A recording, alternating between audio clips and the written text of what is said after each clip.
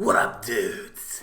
It's Gaz, and welcome back to the channel. We got a first Descendant video today going over the Crossplay beta and basically my viewpoint on if this is worth playing and basically if you should spend your time on this.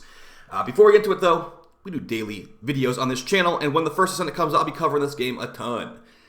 One of the reasons why I don't think this beta is super worth investing a bunch of time into is because the progress will not carry over, but when the game actually comes out, man, I'll be playing this game so much. So if you're looking forward to this game like I am, make sure you're subbed to the channel.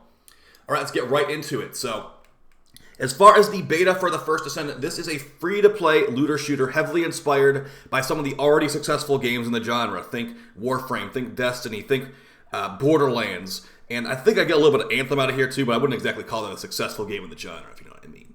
So it's basically wearing its inspirations on its sleeve, and we have, lots and lots of grinding available here. It's going to be a very grindy game, and just like Warframe, the modding system feels straight out of Warframe. There's items called, it's basically Endo. There's Endo, credits, and Plat, and there's a bunch of other resources too, so you're going to have your work cut out for you grind-wise. You can buy your way past a lot of this stuff, but it doesn't really seem like it's pay to win because it's not pay to win if you consider Warframe not pay to win, because you can buy characters to bypass grind. I believe you'll be able to buy weapons to bypass grind. I wasn't entirely sure about that. And things of that nature. I don't see any XP boosters yet, but I'm sure they'll be in there at launch just to make things go faster. So that's what you're getting here. You have, I think it's like 11 or 12 different characters, maybe even 13 different characters you can choose from. They have different abilities, 4 abilities in the passive. I'm currently playing the character that's very similar to like Inaros and Garuda from Warframe. She has no energy bar. She only has cooldowns, and also she can use her HP bar to cast abilities too, as well as, being very tanky with so much. I'm building basically entirely for tank on her, so I can just face tank the wave and then also get a damage buff from her first ability. She's also got an Exalted Pistol, but I haven't been using that very much because it takes a while to charge up. But yeah, there's a good variety of characters. They're each unique between each other. A lot of them are very similar to Warframe characters, I'll admit it. There's a character that's basically just Hildren from Warframe. There's a character that has literally Shade's ambush ability as an ability in this game. So, that is something that you might need to just be aware of, that it feels very like Warframe in a lot of ways. Like, even like the names of stuff and the abilities of stuff, very, very similar. So, if you're okay with that, like I am, the way I look at it is that Warframe, we're waiting on a dev stream on Warframe right now. We're waiting on a big update on Warframe. Basically, what you're doing in Warframe right now is just catching up or open up some relics. So, in the meantime, having something to play in the meantime is nice. This beta is only available for 1 week, unfortunately, and I'm expecting the release date to be in like March of 2024, but we don't know that for sure. I hope they announce the release date after this beta. So as far as this beta, is this worth playing? I'm going to show you why it probably isn't worth playing, at least to most players. So we have the official First Descendant website right here, and they're showing what will cross over to the main game when that releases. Just to let you know, none of the stuff from this beta none of the stuff from this beta carries over besides the things they will show on this list, okay? Keep that in mind. Any of the plat you're grinding out, any of the endo you're grinding out, any of the credits you're grinding out, it's not going to carry over. It's actually called gold and like something flakes, I believe. So, for things that will carry over, there will be an emote that carries over. It's called the Angry Emote, and it will happen if you registered and participated at all. If you reach level 20 with any Descendant during the test period, you will get a bear-shaped backpack trophy. That's what this is right here. And certain missions in this game, you can get level 20 really easily. I'm going to show you some of those missions later. But basically, the resource defense nodes after you complete an entire planet, that purple defense mission, those are always going to be good because there's lots of enemy spawns right nearby the objective, and there's a good amount of Eximus that spawn too.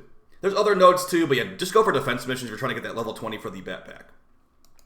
Additionally, they have something about a beta survey here. If you get the beta survey, you will get the Bunny Trendsetter helmet when the game actually comes out. That's pretty cool. And then as far as another thing that will carry over, this will not be available until the actual game comes out. If you beat a Void Intercept boss fight, which is, I'll show you some of those boss fights later. They're pretty difficult and very bullet spongy. You will get a custom spawn effect for customization when the game comes back.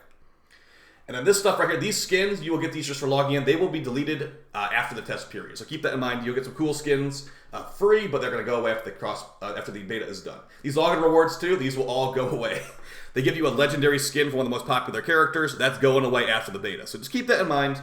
But yeah, if you are planning to play every day, they're giving you like some free plat for logging in. They're giving you some free skins for logging in. You could actually buy these skins for pretty cheap during the event. Now, it is very similar to Warframe. There are build times for these characters. There's like a 12-hour build time for the character. I don't know how long the build time is for a weapon, but yeah, if you're used to Warframe, you will be right at home here. The build times are 12 hours, not 72 hours, thankfully. But yeah, there will be lots of grinding. There will be lots of waiting. There's master rank in this game. To level up your mods to a higher rank, you actually have to be, like, if you want to rank the mod to level 8, you have to be master rank 8. That's an interesting way to do it. So, like, yeah, basically, my tank build on Glay right now, like a Naros Garuda, it's held back because I can't actually max up my health mods and my defense mods because I'm only like level 7 or whatever it is at level 8, and I want to have them level 10. But yeah, it's just going to require a bunch of grinding out other characters. I have other characters, just going to basically have to get around to it. I've been having a lot of fun playing her. Now, as far as my overall consensus on if you should play this or not, I think that you should play this. Let's actually get one of those Void Intercept boss fights on the screen. This is a defense mission right now.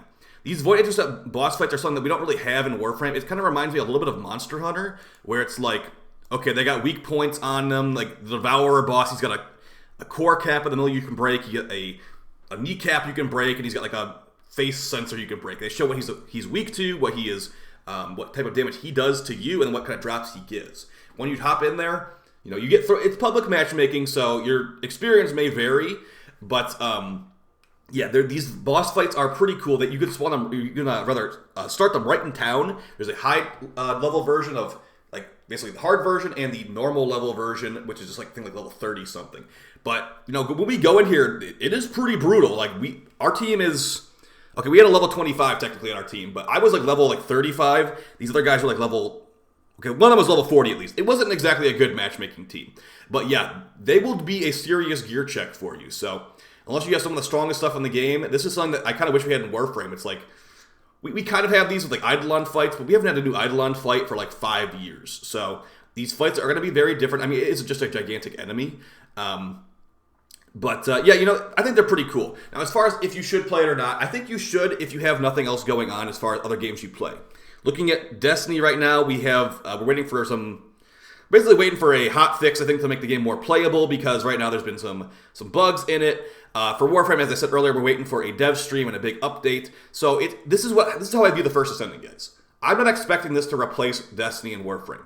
Those are games I play both of those games. Those are games that I'm quite comfortable with. I have about 15,000 hours in Warframe, just to put it in perspective, and I don't even know how many thousand in Destiny 2. I'm not expecting this to replace them. I'm expecting this to be a game I can play in the background while I'm waiting for updates on those games. So, as I said earlier, I'm waiting for an update on Warframe right here. First, it's very similar to Warframe. It's like you're playing Warframe.